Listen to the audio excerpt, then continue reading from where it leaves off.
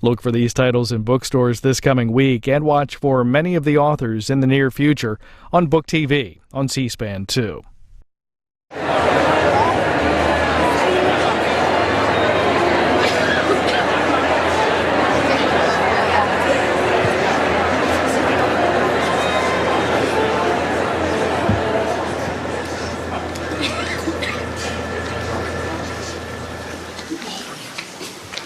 Ladies and gentlemen, welcome to the Shakespeare Theatre Company Bard Association's annual dinner and mock trial. Before we begin the trial, please take this time to silence all electronic devices that may disrupt this evening's proceedings. Photography of tonight's trial is strictly prohibited. Please join me in welcoming STC trustee and chair of the Bard Association, Abby David Lowell.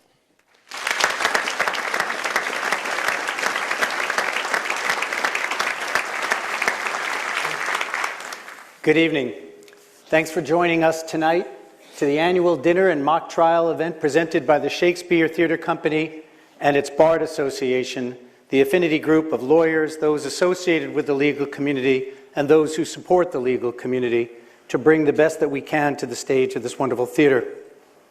As you know, tonight's performance, tonight's trial, is based on the production of 1984 that was presented by the Shakespeare Theatre Company a few short months ago, and which in turn is based on the 1949, that's right, 1949 book by George Orwell, predicting what 1984 might look like.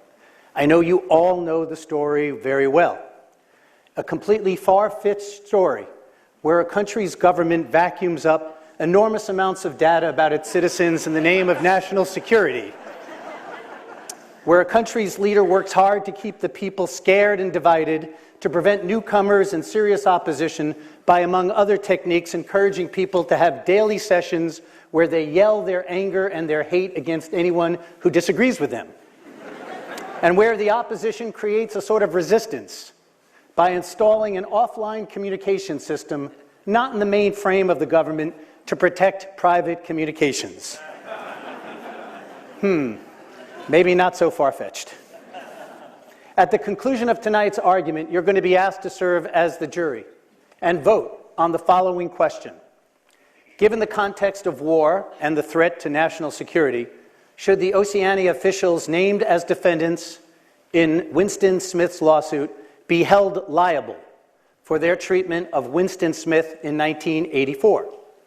If you believe that these officials should not be held liable, please vote with a red token that you were given for no. If you believe the Oceania officials should be held liable, vote with a blue token for yes. And I would now like to introduce to you and welcome tonight's participants. Please join me in welcoming Supreme Court Marshal Pamela Talcon.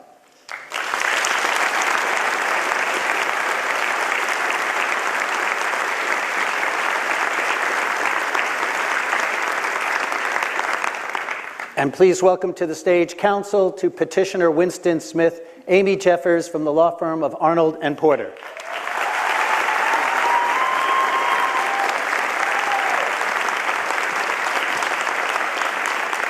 And now counsel for the respondent, the state of Oceania, Bob Bauer of Perkins Coie.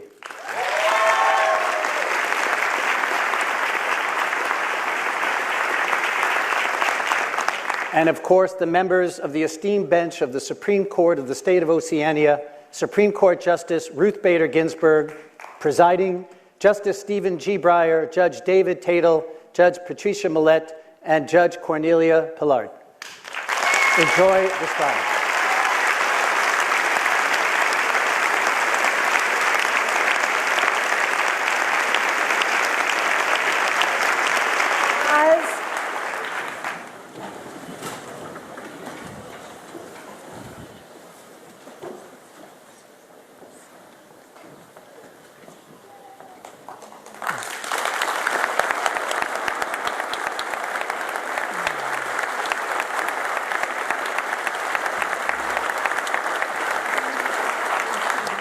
Oyez, oyez, oyez.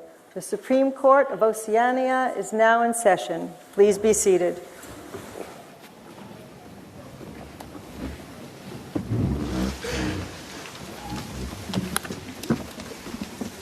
welcome to 1984 as perceived by people living in 2016. We'll hear first from the petitioner, represented by Amy Jeffries.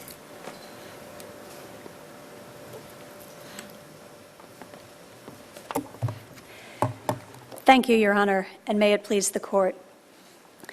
My co-counsel, Sally Pay, and I represent our client, Winston Smith. Mr. Smith is not present this evening, however, and we understand that he may have been vaporized, which goes straight to the first point of our argument. There is a clear threat of irreparable injury in this case, which is why this Court must enjoin the state from the unlawful practices of Big Brother that President Freeman promised to end. What injury? Winston Smith has already been wrongfully arrested, detained, interrogated, and tortured, and now possibly vaporized. Further, he, like all other citizens, is subject to the state's constant, unwarranted surveillance. As George Orwell wrote, a party member lives from birth to death under the eye of the thought police. The state of life in Oceania is literally Orwellian. The alleged national security reasons for the state's policies are vastly overblown.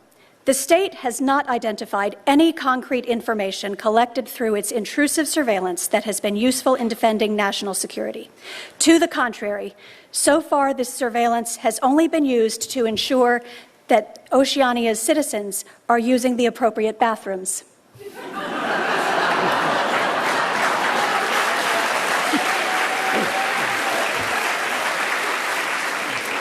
That's right. The state is surveilling its citizens solely to enforce the birth, sex, bathroom statutes, known, of course, by their acronym BSBS. And how is the state conducting this surveillance? We understand that the state has pushed malware to all cell phones, tablets, and computers in Oceania and has unfettered access to encrypted data and cameras on any device in Oceania. These policies, Your Honors, will not make Oceania great again, which is what the thought police might claim. So the era of Big Brother is not over, as President Freeman has promised. Which leads me to our second argument. The officers responsible for the Before harm... you move on, Ms. Jeffress, President Freeman could be making a lot of money running casinos or reality TV programs or giving private speeches to investment bankers. Instead, he cares enough to be our president, devoted totally to taking care of the people. So it really seems like pure conjecture that the thoughtful police would abuse the powers of observation they have only to keep us safe. He cares about only one thing, Your Honor, and that is his own power. Ms. Jeffries, let's back up, because you have introduced a threshold question. You have asked for sanctions to be set by this court for surreptitiously gaining access to your preliminary briefs. You did not identify what sanctions you sought, and you did not tell us what was in those briefs that you disclaim. So if you would respond to those threshold questions, what sanctions and what do you now disclaim that was in your prior briefs? Your Honor, we merely disclaim our prior briefs in order to protect the sanctity of the attorney-client privilege. We knew that the state was monitoring all of our communications, as we all know. So we did not write anything that we thought would be damaging if released, because we all know that we live under constant surveillance. But we did move for sanctions because we believe that it's important for this court to acknowledge that the state has abused its authority and that the malware that is infecting all of our devices is improper and must be enjoined. And the sanctions you seek are? Sanctions, we would like monetary damages, of course, and we would like to enjoin the state from any further intrusive surveillance of our client and of all citizens of Oceania. One more preliminary question.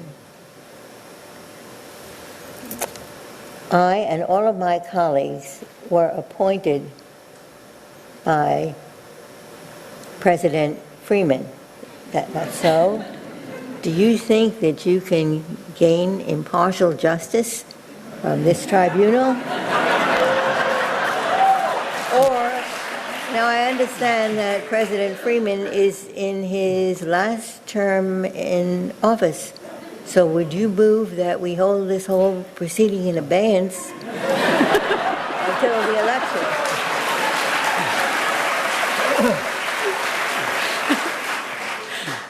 That is an excellent question, Your Honor, that I had not thought of, but quite brilliantly put. No, Your Honor, I am confident that we can get a fair hearing from this bench. I would note that approximately half of you have previously worked for the ACLU, which is an affiliate, of course, of the Oceania Civil Liberties Union, and we believe that we can get a fair hearing from these judges, and so we thank you for the question. But only this court, Your Honor, can protect the rights of Winston Smith and the other citizens of Oceania. Well, I know, counsel, you expressed concern about surveillance and its intrusion on your work, and I just wanted to assure you that there are and will not be any cameras in the Supreme Court here.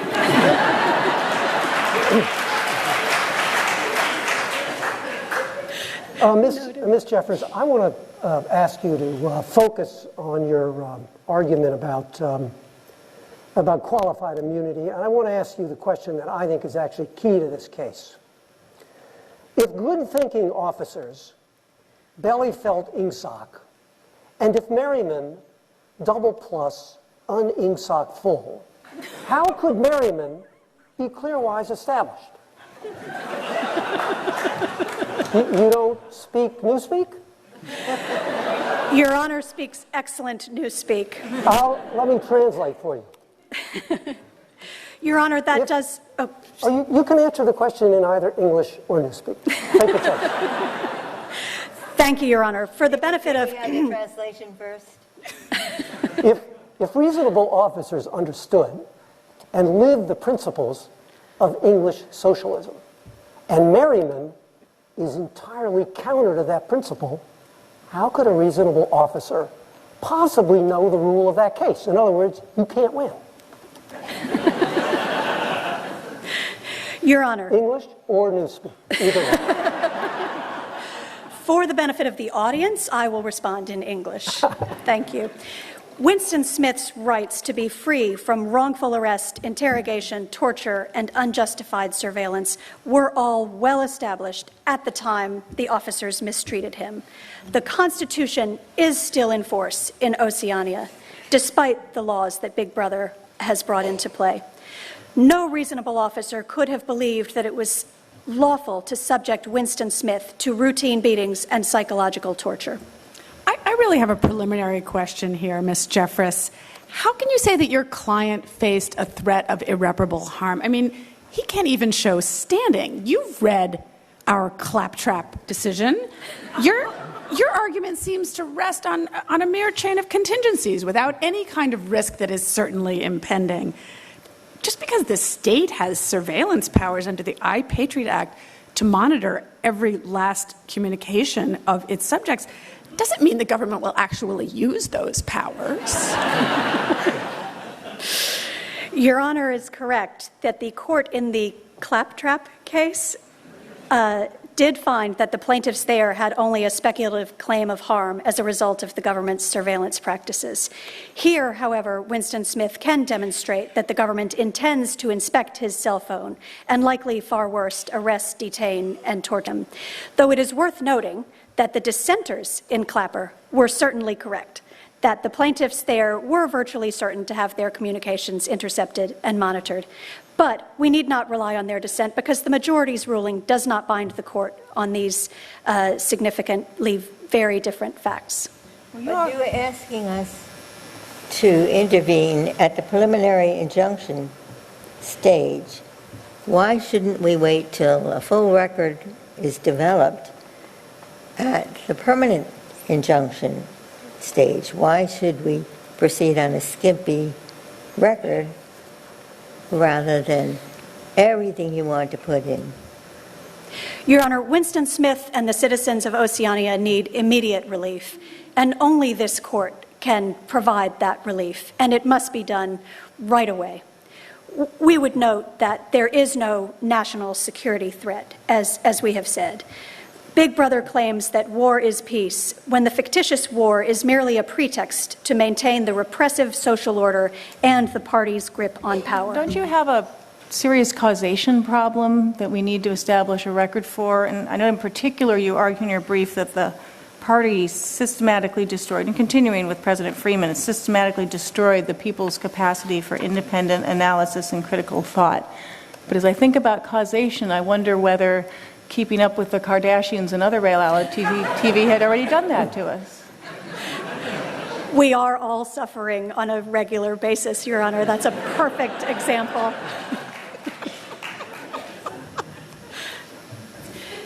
Well,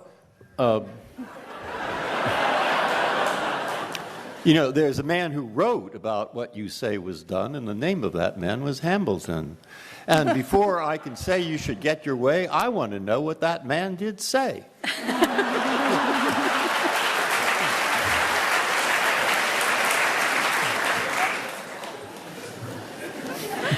Your Honor, if Hamilton were here, I know he would say that the defendants in this case, the thought police, should be held liable for their illegal mistreatment of Winston Smith.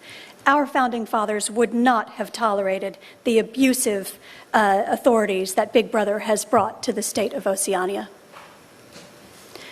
I don't know, Ms. Ms. Jeffers, I have a question about the record in this case. Both sides have experience with rewriting history. The government through its Truth Department, and that's where Winston Smith worked, right? Rewriting history. He worked in many truths. How can we have any confidence that anything either side is telling us is true? Your Honor, the court must be referring to doublethink, among other concepts, the power of holding two contradictory beliefs in one's mind simultaneously and accepting both of them. And Oceania's slogan, "War is Peace," is premised on Big Brother's indoctrination of its citizens in doublethink, which we are all suffering from. I also note that you rely on a case called Ex parte Merriman that was written by Chief Justice Taney, who also wrote the Dred Scott decision. Is he really a reliable source for civil liberties principles? We like the Ex parte Merriman case because the plaintiff won.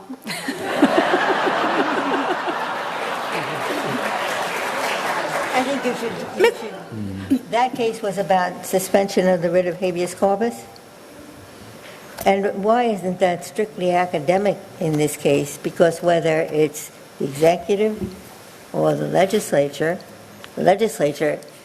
in Oceania is under the thumb of the executive.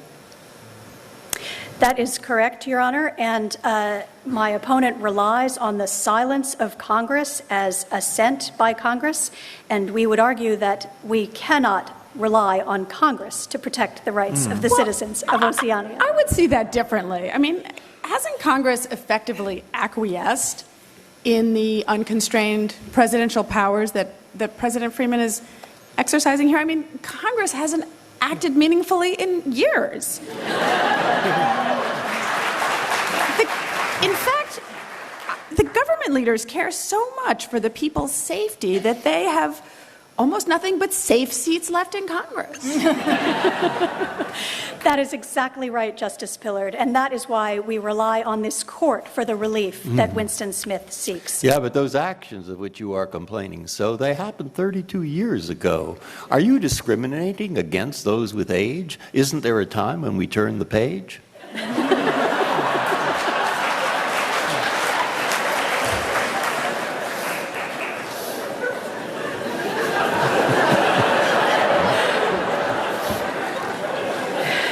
Your Honor, the thought thought police, like all officials, are presumed to have knowledge and respect for basic, unquestioned constitutional rights as set forth by our founding fathers, to be free from unlawful arrest, detention, and torture. Ms. Jeffers, I have another question about qualified immunity, which I will ask you in English. You say in your brief, quote, "Nothing was illegal since there were no longer any laws." That's a quote from your brief. Doesn't that mean that no law could have been clearly established? That is a concern that we have with the entire concept of qualified immunity in this case, Your Honor, is that there is no rule of law in a state like Oceania. Again, we would submit that only this court can restore the rights of the citizens of Oceania. So in conclusion, Your Honors, we insist that the defendants, the thought police, be held liable for their illegal mistreatment of Winston Smith. They must be held liable. No other outcome is consistent with the Constitution, the vision of the Founding Fathers that Justice Breyer has so articulately quoted, and not some. And no other outcome is consistent with justice. I don't know, Ms. Jeffers, your whole argument seems premised on the idea that we're in some kind of dystopian science fiction police state or something. The scenario is 1984. But you're asserting a privacy right, and I checked, and your client is all over Google and Facebook and Twitter and Instagram and Snapchat, and for this audience, LinkedIn.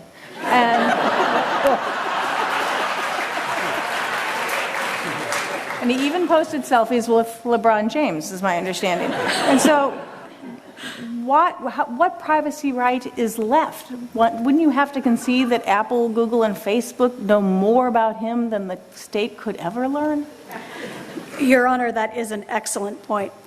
Our client, however, did try to lead a private life and tried to have a relationship with a lover in the state that he was unable to have because of the state's intrusive surveillance. So there is privacy, which he sought. And in addition, Your Honor, I would note that through the malware that the state has placed on all of our devices, it's impossible to know whether all of the social media was truly originated by Winston Smith or has been placed there by the Mini-True, the Ministry of Truth, for which he worked, and which he and others regularly use to transmit propaganda to support the state's repressive regime.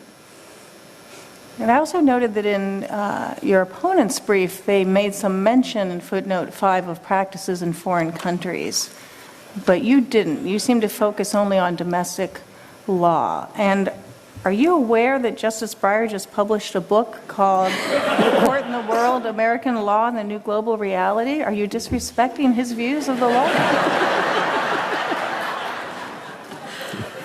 I am aware of the book, Your Honor, and would never disrespect Justice Yeah, but did Breyer. you read the book?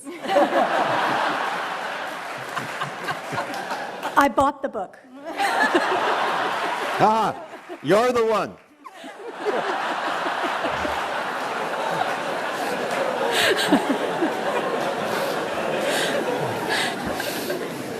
I don't understand how you can prevail here, given Winston Smith's own description of his condition after his re-education by the state. He said, quote, that he, quote, loved Big Brother, but he understood that the party had helped him, quote, win the victory over himself. This seems to be a happy, content man. What's he complaining about? Your Honor, the state also argues that Winston Smith's problems are of his own making, that he is a victim only of his own mind. But if someone paranoid, if everyone truly is out to get him, as the state clearly is in this case, this is the case for Winston Smith. He is the victim. The state criticizes his very thoughts. And how is the state aware of these private thoughts? Through its constant, unlawful, unrelenting surveillance. Exactly the practice that Smith challenges today. But precisely. I mean, we might as well dismiss now. Smith's case, if I'm understanding you correctly, asserts a reasonable expectation of privacy, the essence of which is his unwillingness to show everything. So hasn't he effectively pled himself out of court? Because an unwillingness to share everything via iPhone is contrary to the iPatriot Act. He would not be showing everything through his iPhone if the state did not have it infected by malware to make its every communication available to the state. But what about his Facebook posts? I mean, everything's out there, right? But why do you have privacy? What is your line between privacy of what you're sharing on social media and what you want to share with the state? Why can't the state find out too? In Oceania, Winston Smith is not free to share his own posts because the thought police and the Ministry of Truth control everything. And I would like to reserve the remaining 5 minutes of my time for rebuttal. May it please the court. Thank you, Thank Ms. you. Jeffries. You made.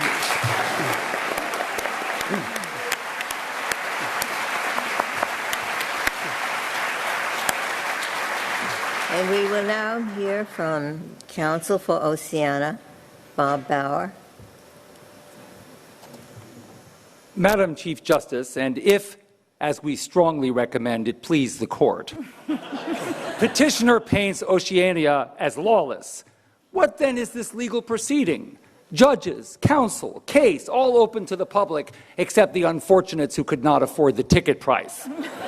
All the world can see that this Smith, with his violent criminal history, is now free to be a litigant, and this transition is the hallmark of a rule of law society.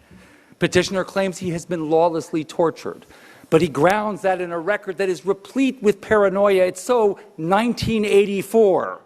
Everybody's out to get him. State officials are whispering cryptically to him in hallways, and we say, oh, please. He also says that our surveillance program is sure to land him in prison. But how can he know that? Why would we not have done it before now, before this spectacle, and put him away quietly, sparing him unimaginable legal expense? The court will note our moderation. To defend against East Asia and Eurasia, we proposed reasonably to build an incredible wall and have them pay for it. That they refused is not our fault. Now petitioner says he should be able to sue the officials who interrogated him for damages, citing ex parte merriment. Ex parte merriment, that one-man show of brute judicial force, rightly resisted by the heroic Lincoln. Yes, Lincoln arrested and exiled opposition. Yes, he shut down newspapers. But like our aptly named President Freeman, he committed that these measures would be temporary. So when petitioner visits that marbled memorial out by the reflecting pool that each year attracts hundreds of thousands of visitors and pigeons, what does he imagine that he sees? The Tawney Memorial? No, we stand with Lincoln and with the officers who acted on the authority of the order issued in the constitutional tradition that he forged. So allow me to close now in the words of Shakespeare. When this thief, this traitor, who all the while half reveled in the night, shall see us rising in our throne, his treason will sit blushing in his face, not able to endure the sight of day, but self-affrighted, tremble at his sin. Or to put it more simply, deny the claims, we'll take it from there.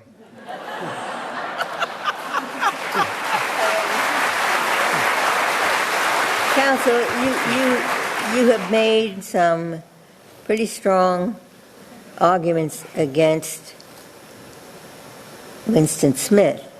But as I read your argument, you seem to be saying that no one has standing to object to what is going on in Oceania. Your threshold argument is he has no standing, go away. Who does have standing? Well, surely somebody who has not already been vaporized has standing. They can hardly be standing if they are a vapor.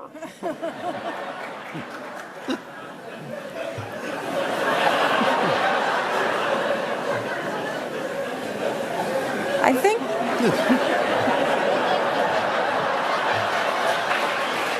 So anyone who has not yet been vaporized has standing? Well, it's a good start, Justice Ginsburg. I mean, everybody is subject to this 24/7 surveillance. So among those everybody, who can sue? Well, as you know, the cell phones are equipped with a device that is activated only upon the application of certain criteria. The petitioner doesn't know what these criteria are, does not cite them, and has no reason to believe that he will be arrested because of their application. So we would have to have a petitioner coming in saying, here are the reasons why I'm confident the cell phone will be turned on and I will be followed. And we're quite confident, you're right, Chief Justice, nobody's going to have the nerve to come in and say that.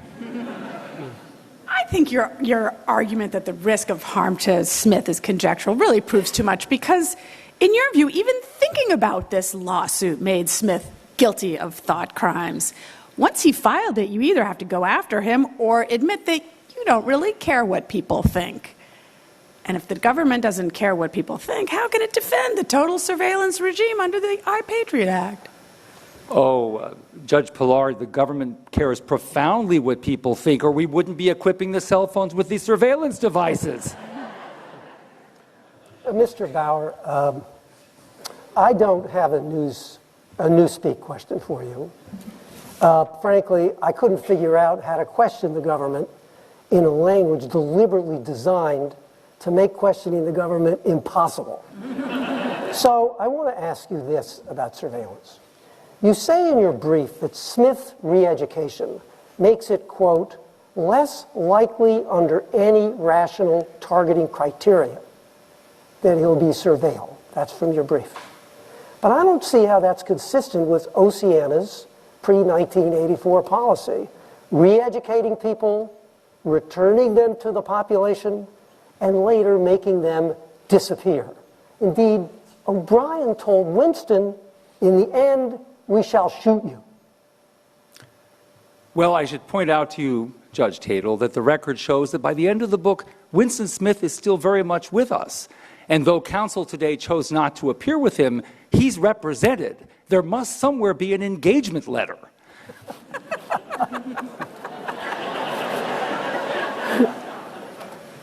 Did you mean Lincoln the president or Lincoln the automobile?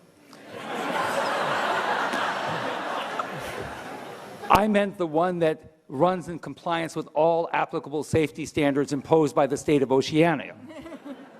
My other question was, how do you turn on its cell phone anyway? I'm not quite... I'm sorry, how does he turn on his... No, how do I turn on one? I've been trying to turn on... You don't have to worry about that at all, Justice Breyer. We're going to turn it on for you when we please. I thought through your brief and some of your argument here, you're actually really understating the level of intrusion. It's not just the monitoring through the phones, but isn't it true that you recently adopted a so-called Metro Safe Track program that's designed to keep us all trapped in our homes for the next year so you can monitor us more closely?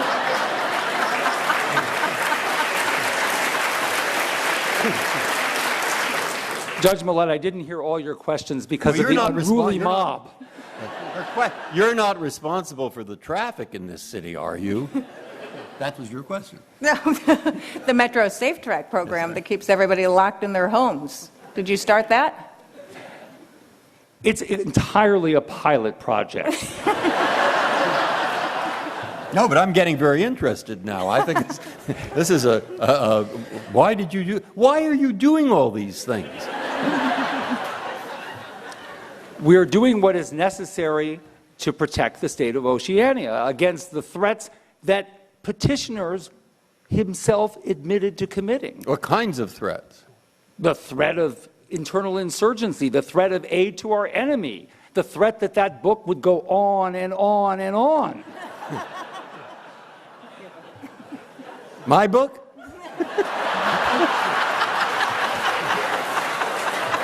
No, Justice Breyer, but I'd like to speak to you afterwards about the audio version. Let's go back to your point that why Winston Smith? He's already been vaporized. What about the popular refrain, we did it before and we can do it again? That common sense understanding. That, to make sure I understand you, Chief Justice Brick. Particularly, well, think about the sexual offender registration law. The whole premise is if you did it once, you're likely to do it again. So Winston Smith's position is the state did it before, they are likely to do it again. But what Mr. Smith doesn't account for is that we have a rigorous re-education program that, as you know, we have funded, the Race to the Bottom. And our goal there was to provide what we call a Gore curriculum, the effect of which is to make sure that when Mr. Smith emerges, he's a changed and better man, the very contented man that Judge Tatel has identified so correctly in the book.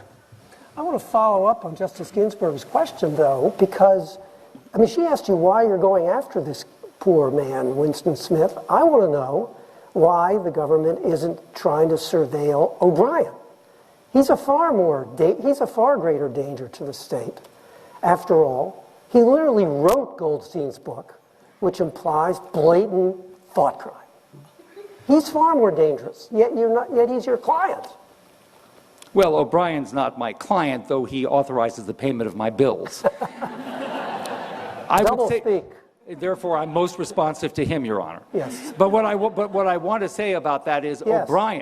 O'Brien doesn't admit to the authorship of that book. That book is a thinly guised tract, Goldstein, of a volume known as Democracy and Dictatorship by Leon Trotsky, and it advocates the most violent methods to use to unsettle a democracy. So O'Brien, in fact, is part of the solution and not at all part of the problem. Why wasn't Julia prosecuted? That's my question. Did she play the woman card? Your Honor, Oceania is a merciful state that applies the law on the specific facts. There was no indication she was anything other than someone who, in love with this man, had been induced to enter into the conspiracy. That's what I mean. It's a shame to say that Oceania lacks the rule of law when it's brimming over with that kind of empathy. I have a question about rule of law in Oceania. It seems that the legitimacy of Freeman's administration depends on the people believing that by winning the election they won back some of their civil liberties. And I was a little confused by you saying that O'Brien is your client. I thought you're representing the state and not the individual defendants. And I think you're really missing an opportunity here, right? So you could have the illusion of the rule of law and do whatever you want if you just pin it on the individual defendants. Like, why are you even here with the qualified immunity appeal? Oceania says, oh, it's all their fault, not ours. But you're here appealing. Let the, avoid liability for the Freeman administration and let the individuals take the fall. Isn't that core? That sounds very appealing. Thank you for suggesting it. Rewind and start all over again. That's very good, yes.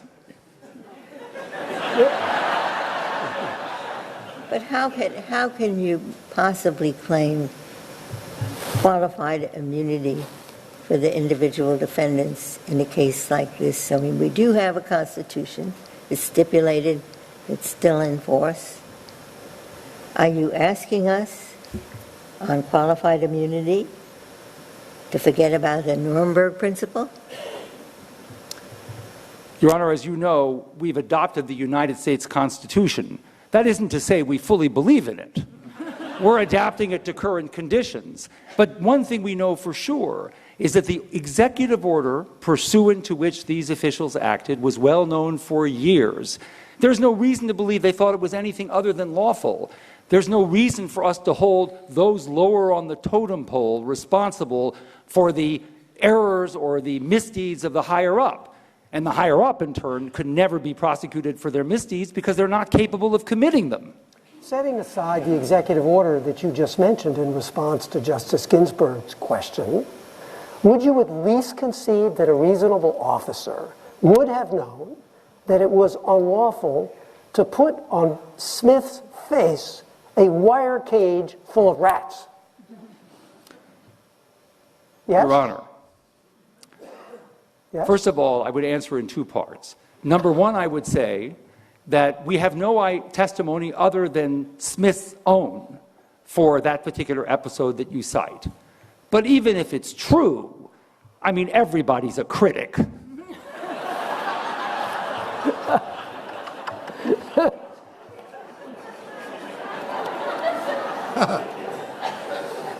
far does the state go in the emergency powers that it is claiming? I mean, it has committed detention of people, torture of people.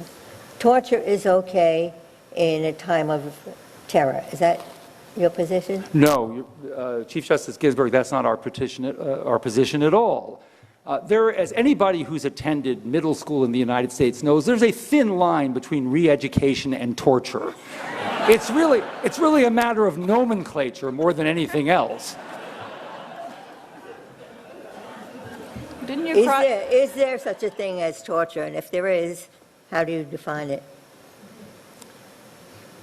I have heard presidential debates this year that go on for 3.5 hours, Your Honor, that I would characterize as torture, yes.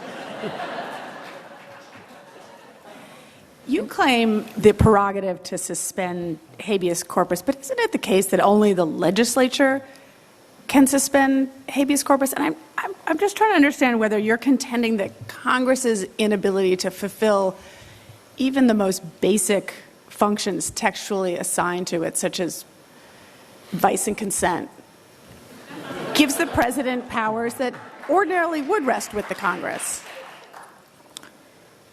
Well, Your Honor, I would say this. Congress has not been inactive. It took an enormous amount of work and political will to produce a suppressive statute like iPatriot. So when it needs to rise to the occasion, it does so.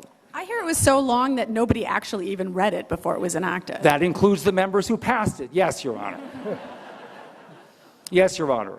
And so I don't think it's an accurate statement either that we're saying Congress had no role in the suspension of habeas, as in the Lincoln example we gave you earlier. Congress, in that instance, acted only years after Lincoln ignored Judge Taney. And here we have a whole period of congressional acquiescence. And, Your Honor, acquiescence is far better than gridlock. Does your answer to Judge Pillard, does that rest on a document from the Truth Department? Oh, precisely. That's my case. The point I made with your co-counsel, and I want to ask you exactly Ms. Jeffords, is that you represent a government that once ran a Truth Department where you rewrote history. President Freeman has continued some of the most draconian policies of Big Brother. How do we have any confidence, how do we have any basis for believing that the rewriting of history policies of Big Brother are not continuing, and therefore how can we rely on anything you've told us today? Well, I'd like to respond to that, Judge Tatel, because I think it's an important point. That's why I asked the question. Yes, you did. In English, you'll notice. Yes, you did. Yes. And what I would like to stress is that I think, as in the thin line I discussed earlier, one should not confuse lying or deception with public relations and smart public relations strategies. What Smith did is known in this town as spin, a kind of violent variety, but it's spin. It's spin. It's not lies. But you did, as you heard, put all, minor things like rats and so forth on the person's cage or wherever he was, and there are a whole bunch of things that are pretty bad, and you're saying it was really the higher-ups and not these clients. So why don't we indict the higher-ups, or would you consider that judicial activism? Your Honor, as I said earlier, I think it's very difficult to find higher-ups in Oceania who are doing anything other than their level best to protect the country.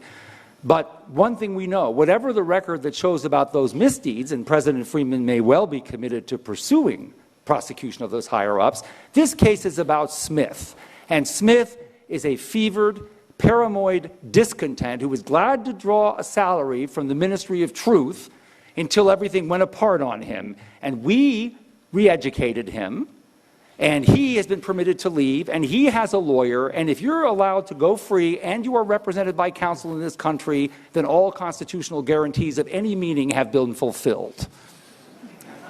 I don't have that impression from the record. I did have a different impression, but if he's continuing this policy, why don't we impeach President Freeman too? I mean, if there is no law, why can't we just be activists? Well, as I said to you earlier, Justice Breyer, if there's no law, what are we doing here? Is this a fundraising event? We do have a higher law it's stipulated that we have a constitution. What constitutional rights does Smith have? Does he have First Amendment rights? Does he have Fourth Amendment rights? Does he have Eighth Amendment rights? Does he have any of those rights? Yes, he absolutely does, Chief Justice Ginsburg, and there's no question whatsoever. We embrace the United States Constitution, and any time that Mr. Smith wants some exposure to those rights, he's free to inspect them. They're enclosed within glass at the National Archives. I'm not sure that this is relevant to the case before us, but I just can't resist the opportunity since we have you here. I understand that in Oceania, 2 + 2 = 5. And I wonder, is that code for a gun plus a gun equals due process?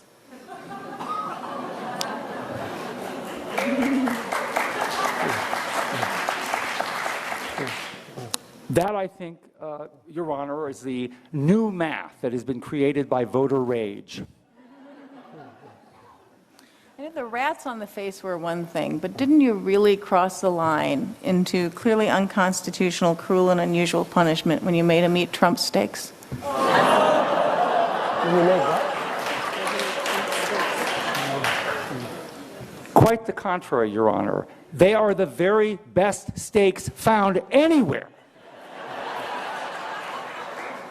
As you know, we also offered him an opportunity to present to have the steaks with a book we supplied called Art of the Meal.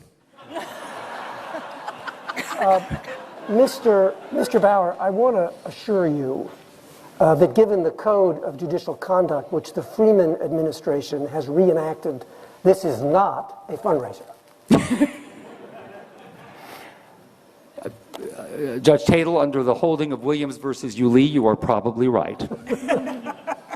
And there's a theory about the Constitution's place in a time of terror, and it's known as the deck chair theory of constitutional rights. That is, when the sun is shining, when we are at peace, we have all of the constitutional rights that we could have. But when the storm clouds gather, the deck chairs are folded up and all the rights go away. Is that the view that you're trying to get this court to accept? That constitutional rights are for sunshine, they're not for stormy weather? No, Chief Justice Ginsburg, not at all. If I can liken it, for example, to a domed baseball stadium. Most people like to watch baseball in the open air with a bright and sunny blue sky, but every now and then the weather interferes. And in some jurisdictions, when this is a major and ongoing problem, they close the roof, but the game of baseball continues. That's, I think, an appropriately misleading analogy.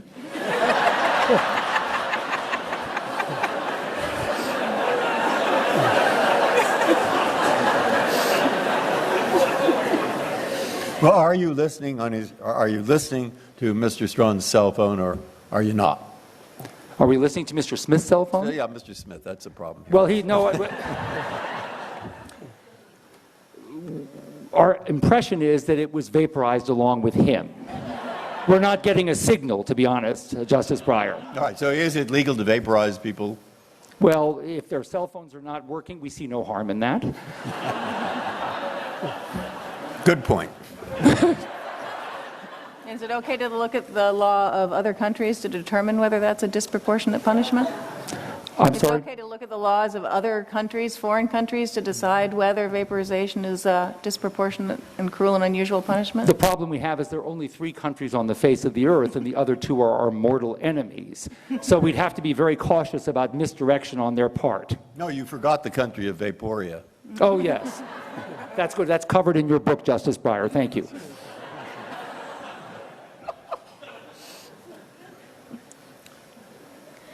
I had one other question for you, and that is really whether this is your means are disproportionate to the end. If you want to get inside of our cell phones, do we really need to authorize the government to do it? Can't most teenagers do it? Well, yes, Your Honor, but your wish is fulfilled. The government is currently being run by teenagers.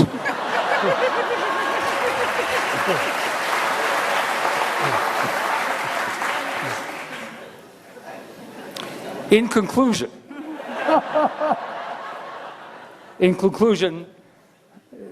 petitioner has come here, or not, in fact, because he's no longer with us, to claim that he has standing. He does not have standing.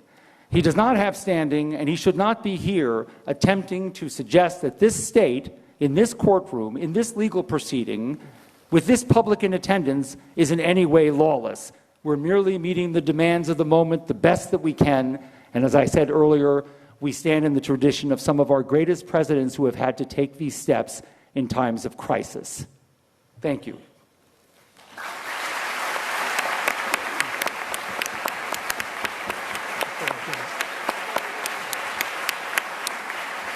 Ms. Jeffers, I think you have 5 minutes remaining. Thank you, Your Honor.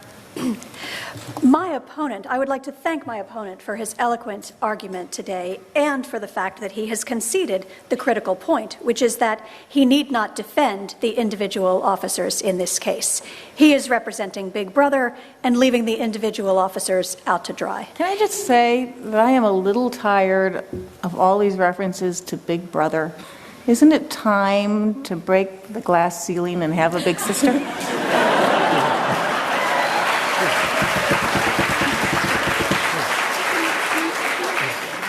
Many of us in the audience would like to think that Big Sister would not be quite so abusive in the exercise of authority.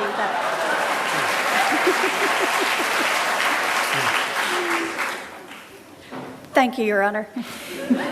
My opponent has outright admitted that the government is placing surveillance devices on its citizens, including Justice Breyer. So I am shocked.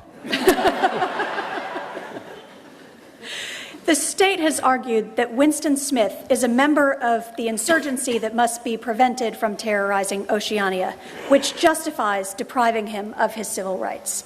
And then the state argues that he has not established that his civil rights are being violated.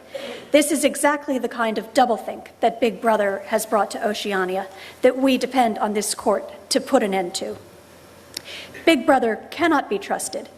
President Freeman is nothing but a thinly disguised incarnation of Big Brother. Only this court can protect citizens like Winston Smith from the draconian abuses of power that the state has committed here. This court must find for Winston Smith. And if there are no further questions, I would like to conclude because some members of the audience may have to return home by Metro's safe track system. Thank you, counsel. Thank you, Your Honor.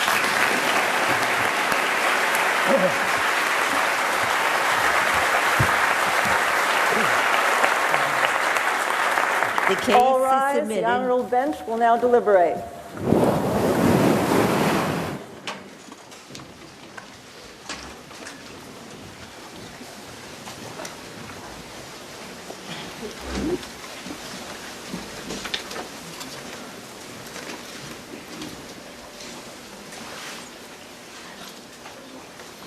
Please be seated.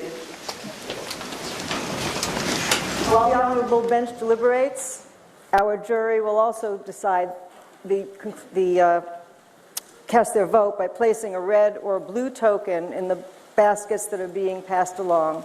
The question presented for to remind you is, given the context of war or threat to national security, should the Oceania officials named as defendants in Smith's lawsuit be held liable for their treatment of Winston Smith in 1984?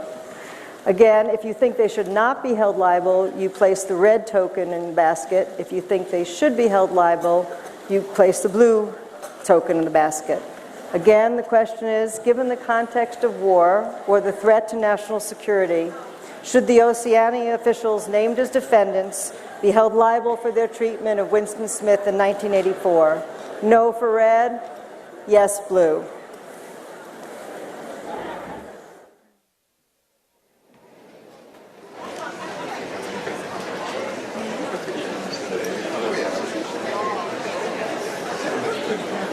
Ladies and gentlemen, please welcome Abby David Lowell for tonight's discussion.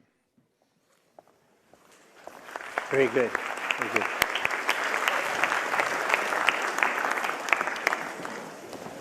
As is our tradition, while the judges deliberate, wanted to make sure that we could continue the conversation. So please let me bring to the stage a person I've known for a while, a great lawyer and somebody who has insights into the themes that this book and this play addresses. Ted Boutrous of Gibson, Dunn & Crutcher is a both trial lawyer, advisor about crises and media events, and was one of the lead lawyers in advising Apple in the controversy that it has had and is having with the government, namely the FBI. Ted was involved in litigation, in advice to the company, in dealing with the issues that were both in court, in the media, and continue to be so. In a play, in a trial about 1984, what more apt and more relevant can it be than to welcome to the stage somebody who's living what George Orwell only imagined, Ted Boutrous.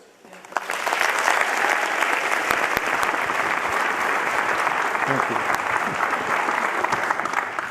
So let's start with the first question. I know everybody here knows the issue or knows of the controversy of Apple versus FBI.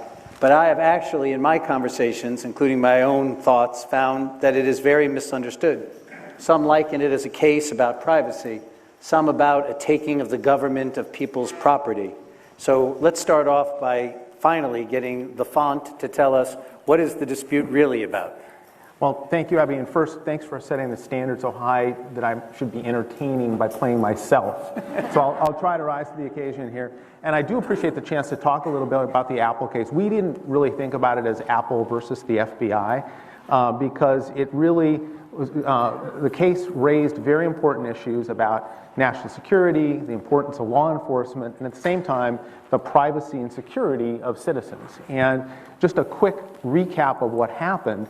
After the tragic events in San Bernardino in December, the government immediately asked Apple to produce information that it had regarding the two killers, and from phones that they had and from other information, and Apple did that. It had some in the cloud and in other areas. It has a policy of cooperating with the government and assisting the government in response to warrants and subpoenas. But the government then went a step farther, and it took the extraordinary step of seeking an ex parte order from the court in San Bernardino, federal court, asking that the court compel Apple to develop new software that would destroy the security protections on one of the iPhones used by one of the killers, which was protected by a password. Apple has been working, it's an arms race to protect all of our data from hackers, from cyber criminals, from terrorists.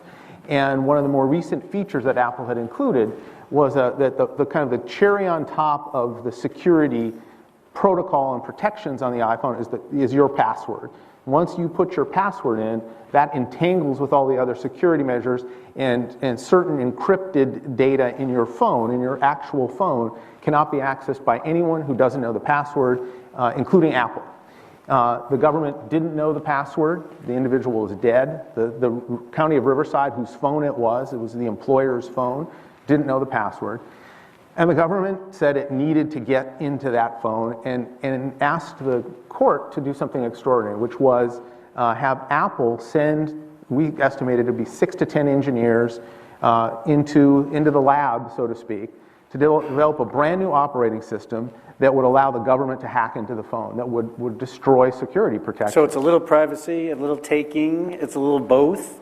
It's a little outside both of those. As you were getting ready to argue the big argument, it seems that it sort of both blinked and it didn't get to there. So what is the status right now? Yeah, what happened was I had just finished my moot court, getting ready for the hearing where we were going to argue these issues.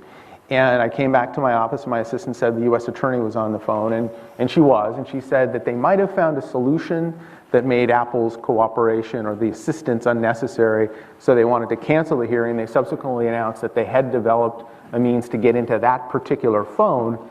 And then in another case in New York, where a judge had issued a very strong ruling saying that the separation of powers precluded a court from authorizing a backdoor into the iPhone that the government could get into, and that this was not permissible under the All Writs Act, which is what they had invoked as sort of an all-powerful magic wand that the government could use to get courts to order private companies to do whatever they wanted. Is now Congress going to take the ball now that the controversy is a little bit outside the courts? Well, one of the things we said was this is an issue the American people must decide through their elected representatives, where the security and privacy of citizens versus security and law enforcement, and those are all important issues, and those are political issues, policy issues. The FBI Director Comey said the same thing. These are issues of policy. So I think Apple and others have called for a commission and some process, because these are really important issues. So with your perspective, let me ask you the first obvious question. So in 1949, Orwell presented 1984. Many would say what we live with today is not as bad as he envisioned. Some would say it's worse. Not only do we have Big Brother or semi-big sisters watching us, for example, the NSA, but as the questions indicated, there's Google and Amazon that you get on. They know exactly what you bought and what you're thinking of buying, and the place where you buy clothes for your kids and your hobbies. So with your new perspective, what do you think? As bad as Orwell thought? Better? What do you think? I think we're in much better shape than Oceania in 1984. Let me get that on the table. I do think there are big differences. So now we have this information capability, and yes, we all give up certain secrets and privacy when we voluntarily post things on Facebook and the like. But the difference, and if you look at what, ironically, as you'll recall, the most famous ad of all time, or one of them, was the 1984 ad by Apple. And the theme of it was to break out of conformity, that individualism would flourish with devices like the Macintosh then and the iPhone now and other devices that allow individuals to communicate and speak and get their views of the truth out on the record, where, as in Oceania, Big Brother was using the surveillance tactics to squelch freedom and to oppress the citizenry and to change what the truth and the actual facts are. So I think it's a big difference. Do you think... Thank you. See, it worked. Has the law regulating government and private technology and enterprise and the use and collection of data kept up with the technology? It really hasn't. I mean, if you think about it, I mentioned the All Writs Act, which was enacted in 1789. And so that was what the government had to use to try to get the court to force Apple to write new software to allow the government to get into devices. And one of the things we argued was that would be subject to, it would be the grand prize for hackers to steal that software so they could then use it and misuse it for illicit purposes. But they had to cite a 1789 case, and then they relied on an opinion from 1807 where they claimed a clerk was required to decipher something on the stand. So that was the law they were relying on to ask for this really brand new technological order from the court. So I think the law does need to be looked at, and also I think the law restricting the government, because as you suggested, there is incredible surveillance techniques that the government now has, immense power. We want the government to be able to use that to protect our country, to protect citizens, to go after terrorists and evildoers and all of that. But at the same time, we have different interests in our country, privacy, security. So we need the laws to be revised in a way that checks the government so we don't start going at least small steps down the Big Brother road. So as the questions also projected, the bedrock principle of the Fourth Amendment and the check of power in that way, in the most traditional constitutional sense, is the expectation of privacy. So given what we now know exists, ranging from the nonstop social media to cameras on every street corner to the ability of the government and private enterprise, as I said, to be involved every time we turn on our computer, has the expectation of privacy changed so that the law will now reflect that we do not any longer live in that kind of place where you shut your doors, you shut your shutters? Is that one of the things that now needs to be addressed? And again, if that's the case, by court decision or by legislation? It has changed for sure. I think we all have a different expectation of privacy than we did 20 years ago because of these technological advances. The information we choose to give out, but we give it out in order to participate in these incredible tools and apps and technologies. And so I do think the courts will be important, and the courts have been. The Supreme Court, with new technologies, has applied the Fourth Amendment in a way that protects privacy and the sanctity of your home when drones and other things are being used. But I do think it has an effect. Now, we've seen some backlash. We saw the verdict against Gawker by Hulk Hogan, and I think there was a sense there of a pushback in terms of some things still are private, but I do think we have to look at it differently, and that was one of the big things in the Apple matter, that protecting privacy of data. We all have so much crucial data on our phones, our lives are there, that we need the law to protect that, and also we need to look at these other interests that are important as well. If you had the ability to tell the Congress that is looking at this right now, the one thing that they should legislate that would get the balance right, the one thing, what would that one thing be? It would be that there should be encryption to protect at the end of the line, that the balance should be struck to protect data and not to give a backdoor to the government because of all the risks that entails. And it's not just me. The Defense Secretary, during the controversy that we just went through, said end-to-end encryption is the most important for security, for national security. And so I would start with that premise. And there are competing laws and bills floating around on both sides. But start with that premise and then think about how do we address these other issues. So if there's end-to-end encryption and that remains sacrosanct, I take it then that we are ready to live with the proposition that if the government can't get at the data through their means, they don't have the power to compel it by any other means, i.e. a backdoor. Our system is built on the fact that at some point we recognize law enforcement or other interests give way to other important interests like privacy, like First Amendment rights. We argued this was a First Amendment violation. Forcing someone to write code to do something that they strongly believed against was forced compelled speech. And the Supreme Court has said it many times that our system, our Bill of Rights, exists to say at some point we may not be able to get every piece of evidence, but it's worth it to give that up and to protect overriding values and rights. So one last question. This is a special audience that's supporting this special theater.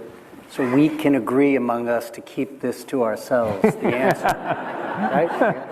All right. So when is the iPhone 7 coming out? And how will it differ with... Thanks, Ted Boutrous. Thank you very much. Thanks, Robert. Thank you.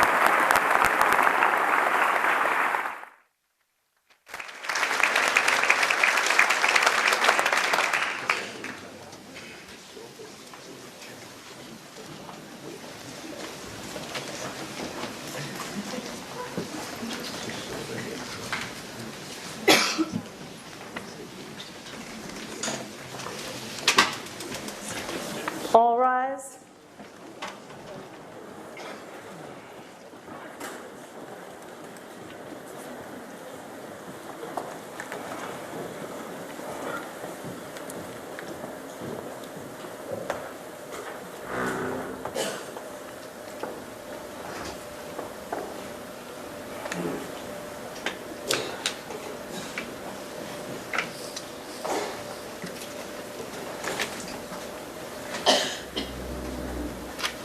Please be seated.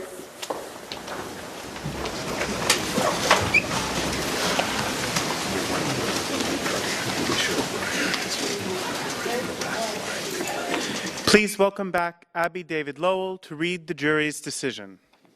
First, do I do mine before that?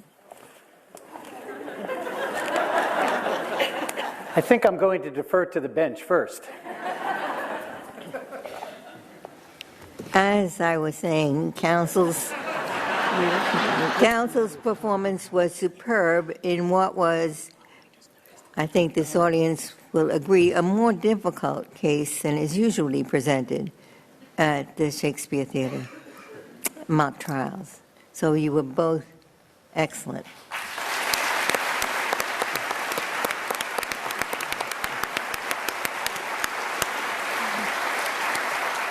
And on the merits, the majority has concluded that this is a very easy case. Because if war is peace, then we are in peacetime, and there is no excuse for any of these extraordinary measures.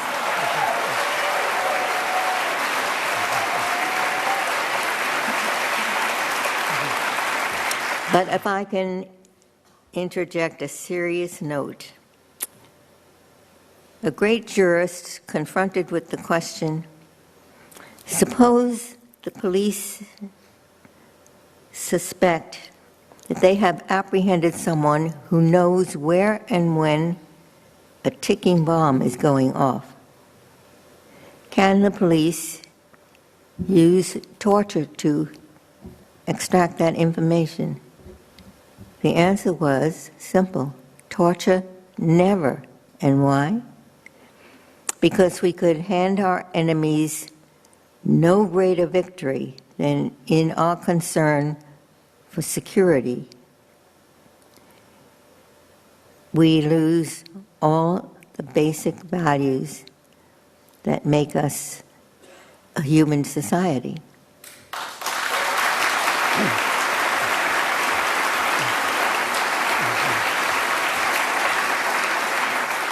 And now I will ask my colleagues on the bench to add concurring, and in one case, a dissenting view.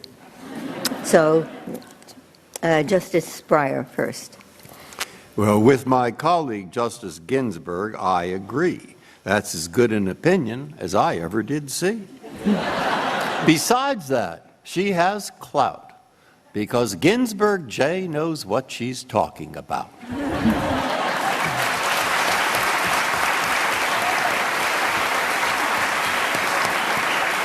And now, Judge Millett.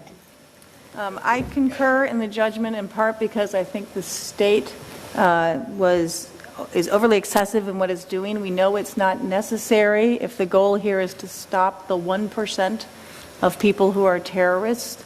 There's been an alternative plan discussed in the public, and that will be just to tax the 1% and take all that money to buy free Hamilton tickets for everybody else.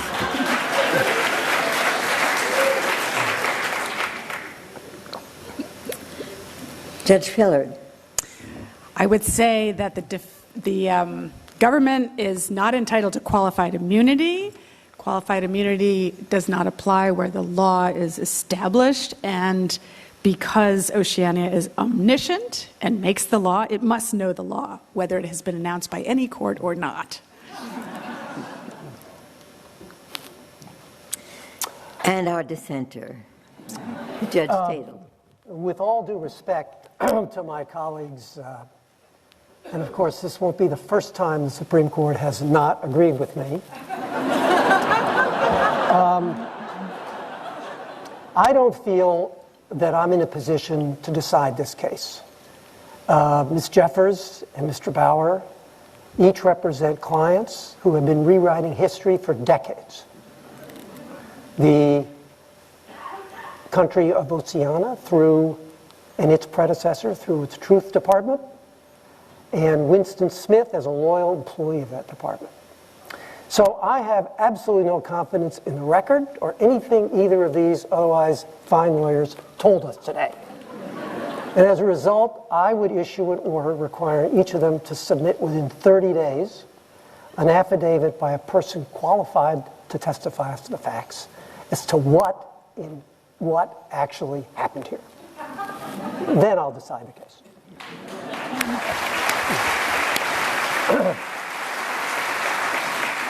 And now, can we have the jury's verdict?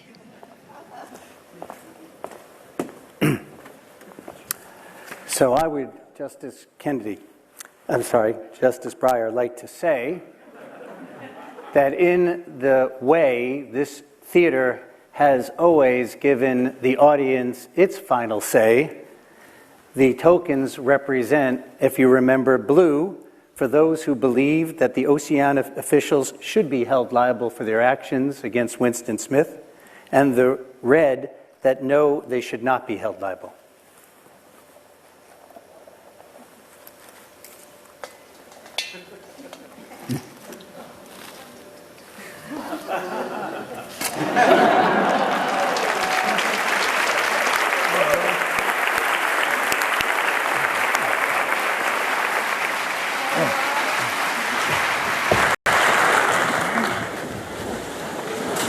This concludes Winston versus Oceania, 1984, presented by the Shakespeare Company Bard Association. Enjoy the rest of your evening.